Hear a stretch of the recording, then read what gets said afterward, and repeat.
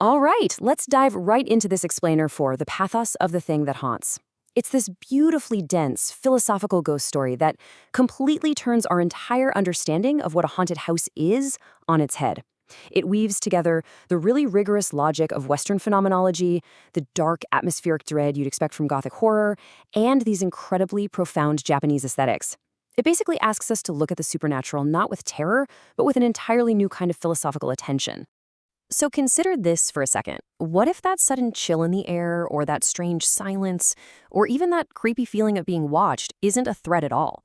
What if instead it's an act of profound care? We are so wired by pop culture to view hauntings as acts of aggression, right? We expect ghosts that want to frighten us, or possess us, or just chase us out of the house. But the source material asks us to just pause and set those assumptions aside. What if the presence lingering in the dark is simply paying really, really close attention to you? Enter our main guy, Dr. Elias Voss. He's a 53-year-old phenomenology professor from Germany, and he gets pulled into this whole mystery when he unexpectedly inherits Aldenmoor House, which is this remote graystone estate up in the Scottish Highlands. Now, he inherits this from a distant relative named Margot, a woman he literally never even met. She leaves him the house for 18 months, and it's forwarded by this totally confused solicitor with a very cryptic instruction. She said you would know what to do with it. She was quite insistent on this point. So Voss shows up with his dead teacher's typewriter and 3 suitcases, ready to figure out exactly what Margot meant. To really get to the bottom of this house's mystery, we first have to look at the tragic, yet strangely beautiful lineage of its previous caretakers. It's got a very layered history. Back in 1927, a woman named Agnes arrives as a very frightened young bride, but she eventually learns to tend to the house's strange presence. She ends up outliving her son, Callum, who dies tragically at just 31 in 1966. Then, fast forward to 1978, Margot inherits it and spends the next 40 years basically sitting in the library, trying to understand what the house wants. And now, in the present day, we have Voss stepping directly into this heavy, accumulated timeline. So Voss spends his first night exploring the space, and it quickly hits him. He's literally standing inside an architecture built entirely out of grief. But it's not that weeping, chaotic, despairing kind of grief. The house holds the memory of its inhabitants structurally. You feel it in the way the floorboards creak, or that faded handprint on the kitchen window, or the very specific scent of dried lavender that just sort of hangs in the entrance hall. The house itself has essentially become a container that remembers every single person who has lived, loved, and died within its walls.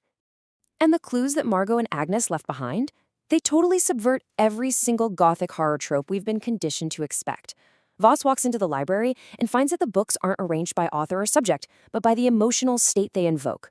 You've got Scottish botany placed right next to clinical texts on grief. Then, in the dining room, there's a single-place setting of fine china, washed and just kept out on the table for decades, a gesture of eternal hospitality for the dead. And maybe the wildest part? In a copy of Husserl's philosophy, he finds Margot's frantic handwriting in the margin, "Ask the house." Now, Voss is an academic, right? So he tries to measure this uncanny phenomena using a Western philosophical tool called the epoche. Invented by Edmund Husserl, the epoche is basically the intentional suspension of our natural assumptions. Voss decides, okay, I'm not going to ask, are ghosts real, or am I losing my mind? Instead, he brackets those questions out. He focuses purely on the structure of the experience itself. What does it actually feel like from the inside to perceive a presence? He attempts to strip away all that preconceived horror movie baggage just to genuinely observe. But here's the kicker. His rigid academic toolkits completely fail him.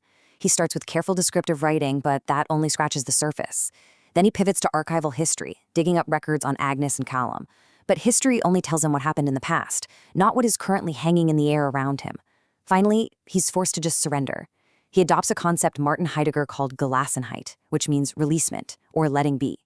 He simply sits in a chair in the library every single morning, turns off his calculative academic brain, and opens himself up to just listening to the house without demanding any answers.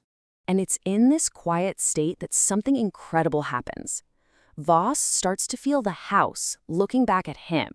It's not this eerie, threatening gaze, but one that carries a very specific, heavy attunement. He realizes the house is actually a subject, not an object. It's an experiencer. And what it's experiencing is profound sorrow. But this sorrow isn't malevolent. It's this deep, ancient empathy. The house is attending to Voss with the exact same focus and gravity that a living person might give to a really beautiful piece of music. He realizes the house is actually operating on a deep, Eastern aesthetic level, specifically the Japanese concept of mono no aware. That translates roughly to the pathos of things. It's that bittersweet awareness that absolutely everything, a lazy afternoon, a loved one's face, a cherry blossom, is passing. And the crucial thing here is that this passing isn't a flaw in the universe. It is the design. The cherry blossom is beautiful exactly because it falls. The house understands this on a fundamental, structural level. And this leads to a staggering revelation. Through a mysterious notebook that turns up in the house, we learn the house possesses this huge panoramic consciousness. It perceives Voss arriving, and in that exact same split second, it perceives the inevitability of him eventually packing up, leaving, and ultimately dying. It isn't trying to frighten him at all. By paying total, unbroken attention to him, it is bearing witness to his existence. It is literally loving him in the only way a physical space can love a person. So this is the real game changer. We're shifting from a one-sided horror show to a space of mutual, profound mourning. In a typical unilateral haunting, the ghost throws a lamp, and the living person runs away screaming. But Aldenmoor House gives us a bilateral haunting. The living, like Margot setting that table for decades, actively mourn the dead, and the dead, or the residual consciousness of the house itself, actively mourns the living. They are actively reaching out to each other across the vast, seemingly impossible divide of death. The philosophical breakthrough Voss has here absolutely blew my mind. The ghost is not some dusty echo of the past stuck on loop. The ghost is actually a messenger from the future. The entity haunts the living because it is utterly astonished that we walk around completely oblivious to our own mortality. We don't feel the full weight of our own beautiful mortal impermanence.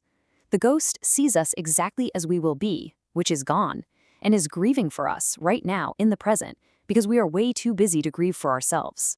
Fast forward deep into the freezing Scottish November, and Voss finds this one final room upstairs that he hasn't gone into yet, but he doesn't force the door open. He waits. He has learned the language of the house by now, so he just waits outside the closed door until the house signals that they are both finally ready for the truth. This patience is huge. It represents a total shift in Voss. He's gone from a scholar demanding data to a participant in a relationship, totally respecting the boundaries of the space he's inhabiting. When the door finally yields, he walks in to find a child's bedroom, and inside there's a notebook belonging to Agnes's late son, Callum, written when the kid was just 12 years old. Reading it, Voss realizes that this child's pure innocence perfectly grasped the profound ancient sadness of the walls around him. Little Callum knew the house wasn't angry. He wrote that it was sad about everything that always happens: death, passing, time. A 12-year-old boy understood intuitively what adult philosophers spend decades trying to articulate. Sitting in that room, it all clicks for Voss. Being mourned by the house is actually an incredible gift. Think about it. If this massive, ancient entity is grieving your eventual passing, it means you matter. It's this beautiful validation that our fleeting existence is precious. True love, in this context, isn't about desperately holding onto things forever. It is about honoring things exactly as they pass. It's about looking at the world head-on without turning away from its temporary nature. So ultimately, this whole story completely tears down and rebuilds what a haunted house is. The ghost isn't a danger that needs to be exorcised. It's a teacher of presence. It's a space that forces you to put your phone down, stop stressing about tomorrow, and sit perfectly still with the terrifying, gorgeous reality of right now. A haunted house, through this beautiful framework, is simply a house that loves you enough to show you exactly what you are losing, urging you to appreciate it while it's still here.